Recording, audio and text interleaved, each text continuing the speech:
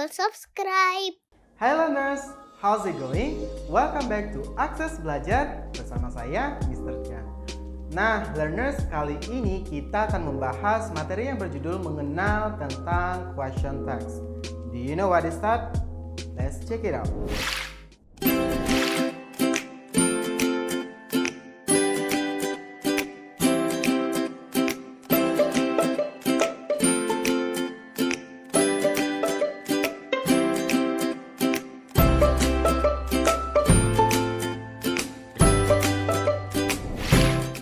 Teman-teman di rumah, dalam bahasa Inggris itu pasti teman-teman pernah melihat adanya pertanyaan pendek yang ditambahkan di akhir kalimat. Mungkin jika diartikan dalam bahasa Indonesia, kalimat tersebut bisa berbunyi seperti ini. Deadline hari ini sudah selesai? Sudah kan? Atau ini semua sudah benar? Iya kan? Nah, sama halnya dengan bahasa Indonesia, teman-teman. Pertanyaan itu juga ada dalam kalimat bahasa Inggris dan itu disebut question tag. Apakah setiap pertanyaan harus memilikinya? Tentu saja tidak. Lalu, apa kegunaan dari question tag? Bagaimana cara membuat dalam kalimat bahasa Inggris? Teman-teman, question tag itu merupakan sebuah pertanyaan pendek yang ditambahkan di akhir pertanyaan untuk menyatakan informasi atau meminta persetujuan. Seperti idiom, question tag merupakan bagian yang sering digunakan dalam percakapan sehari-hari seorang native speaker. Secara sederhana, pertanyaan pendek ini mengubah sebuah pertanyaan menjadi sebuah pertanyaan. Cara membuatnya pun cukup memudah banget dengan menambahkan koma di akhir pernyataan dan tambahkan pertanyaan pendek ini. Pertanyaan pendek biasanya gabungan antara sebuah auxiliary verbs dan juga pronoun. Perlu diingat nih teman-teman bahwa format question tag akan selalu matching atau mengikuti to be atau to have yang ada di kalimat pernyataan sebelumnya. Rumus question tag nih teman-teman, ada rumus dan aturan yang perlu teman-teman ingat dalam membuat question tag, di seantaranya seperti ini.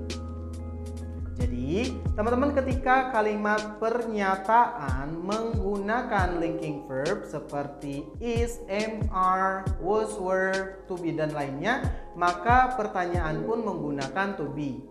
Yang kedua, jika kalimat pernyataan menggunakan primary auxiliary verb to do, you can do, have, atau modal auxiliary verb seperti will, would, may, might, can, could, should, maka pernyataan menggunakan auxiliary verb yang pertama jika ada atau lebih dari satu. Nah, question tag-nya juga berbentuk seperti itu. Jika kalimat pertanyaan menggunakan main verb selain linking verb to be dan tanpa didampingi auxiliary verb, maka seperti do or does or did akan digunakan dalam membuat question tag. Nah, yang selanjutnya nih teman-teman, jika kalimat berupa larangan atau perintah, maka pertanyaan diawali dengan will you? Lanjut, jika kalimat pertanyaan menggunakan subjek tak spesifik seperti nobody, everybody, no one, dan everyone, maka teman-teman harus menyertakan they dalam question tag.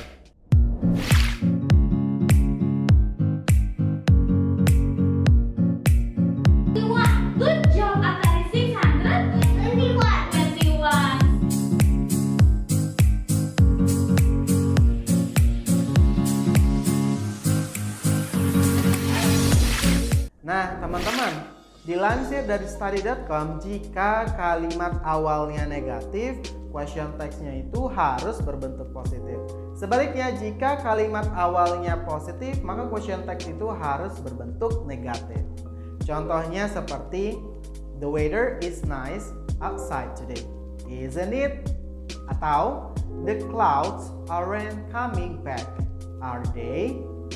Nah, itulah contoh dari si question text-nya. Kemudian berbicara dengan intonasi question tag, tujuan dari penggunaan question tag itu adalah untuk menanyakan informasi atau meminta persetujuan kepada lawan bicara. Ketika teman-teman menggunakan untuk menanyakan informasi, posisi, pembicara tidak tahu apakah informasi tersebut tuh benar atau salah. Jadi pada kondisi tersebut pertanyaan diberi penekanan nih dengan intonasi naik atau disebut juga sebagai rushing intonation. Sebaliknya, ketika pertanyaan digunakan untuk meminta persetujuan, pembicara yakin bahwa informasi yang diketahui itu benar. Namun, mengharapkan jawaban yang memvalidasi keinginannya.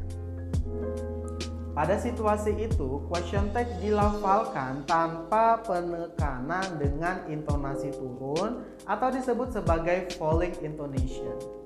Permasalahan intonasi ini tuh berlaku jika teman-teman berbicara secara langsung dengan orang lain. Dalam penulisan, semua question tag memiliki bentuk yang sama. Jadi teman-teman, selain berhati-hati dalam menulis, teman-teman juga perlu berhati-hati dalam pengucapan. Jika intonasi yang teman-teman gunakan itu keliru, bisa-bisa lawan bicara malah bingung dan bisa-bisa salah paham. Mari kita lihat contoh berikut ini.